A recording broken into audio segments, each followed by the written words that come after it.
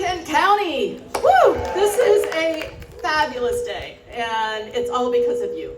I mean, I know I'm supposed to introduce Jake, but it's about you, and I know he'll say that, but I just wanted to take my moment here to just thank all of you and the people that have been in the trenches making this happen and who believed, and this is what community's about. This is one of the most magical places in the state of Maryland.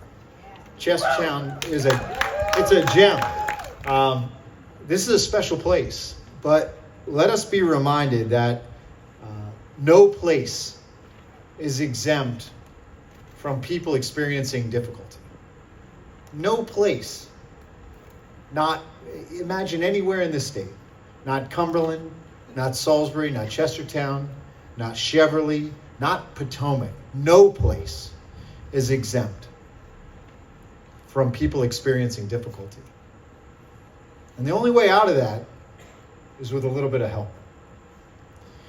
When I was asked to do this job and to leave my favorite job that I thought I would ever have, mayor of my hometown in Salisbury, I thought I'd be giving up my passion.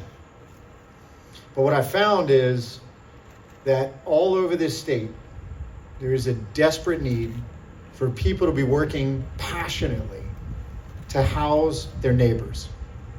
Now, in some cases, that means producing more housing. In the last 16 years, we have stopped producing housing at a rate that matches our population in this country. Maryland's not unique. Kent County's not unique. Chestertown's not unique. Every place in this country is underbuilt, and it has led to a dramatic increase in price, whether we're talking about rentals, whether you're talking about owner-occupied housing. And the result is more people have become unsheltered. And again, Kent County's not exempt from that. Chestertown's not exempt.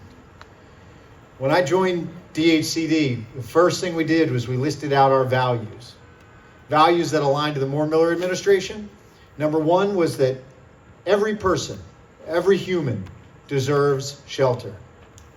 Housing for all ought to be a value that we can share far and wide across 24 jurisdictions in this state. And that fundamental belief drives us every single day.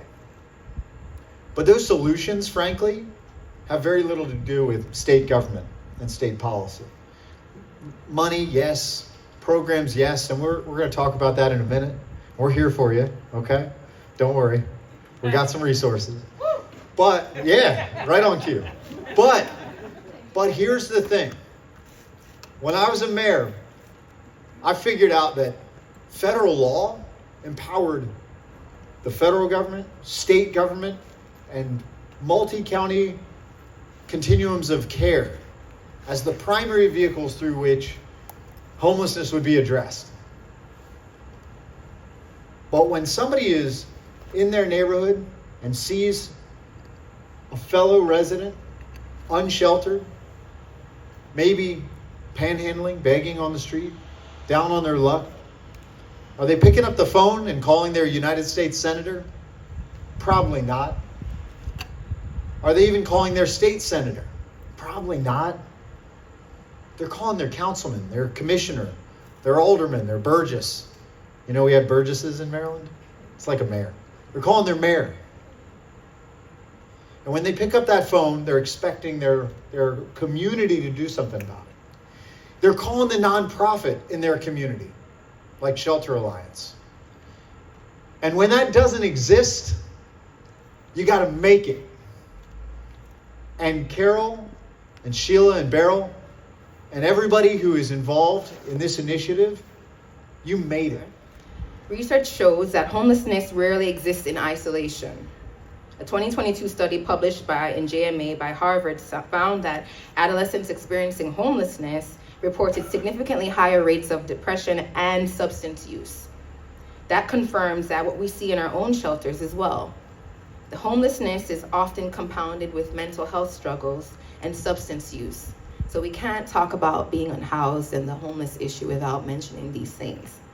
And that's how counseling psychology fits into this area, because we have to consider that when considering individuals who are experiencing being unhoused, we have to remember that they are people like we are, right? And they have a mind and they have a soul. And that part of them also has to be nurtured and nourished if we're going to see a change in our communities. So, what do we mean when we say homeless? Let's start there. Because I know there's a question and answer segment, and I've been going around a bit, so I've been answering the questions in this speech that many people ask. So maybe we won't have that many questions, but we still welcome them.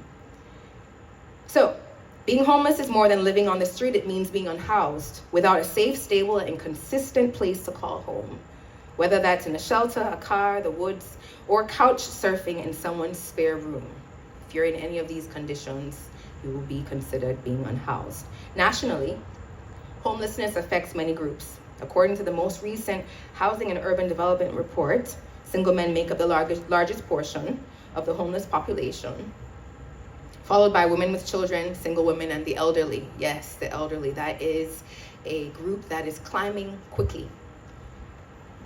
Families with children account for nearly a third of those experiencing homelessness, while older adults and unaccompanied youth, which are children or youth under the age of 25. I'm still a child, right, Grandma? Yes. Okay, very good. But unaccompanied youth remain especially vulnerable. Here in Kent County, we see a similar picture. Our emergency shelter data shows the largest group as single men, followed by women with children, then single women, and lastly, the elderly. These realities have been central to how we are planning the design and operations of our, keep this number in your mind, 247-365. So if you see me, you say 247 and I'll say 365, okay? 24/7, 365 shelter. That is our mission.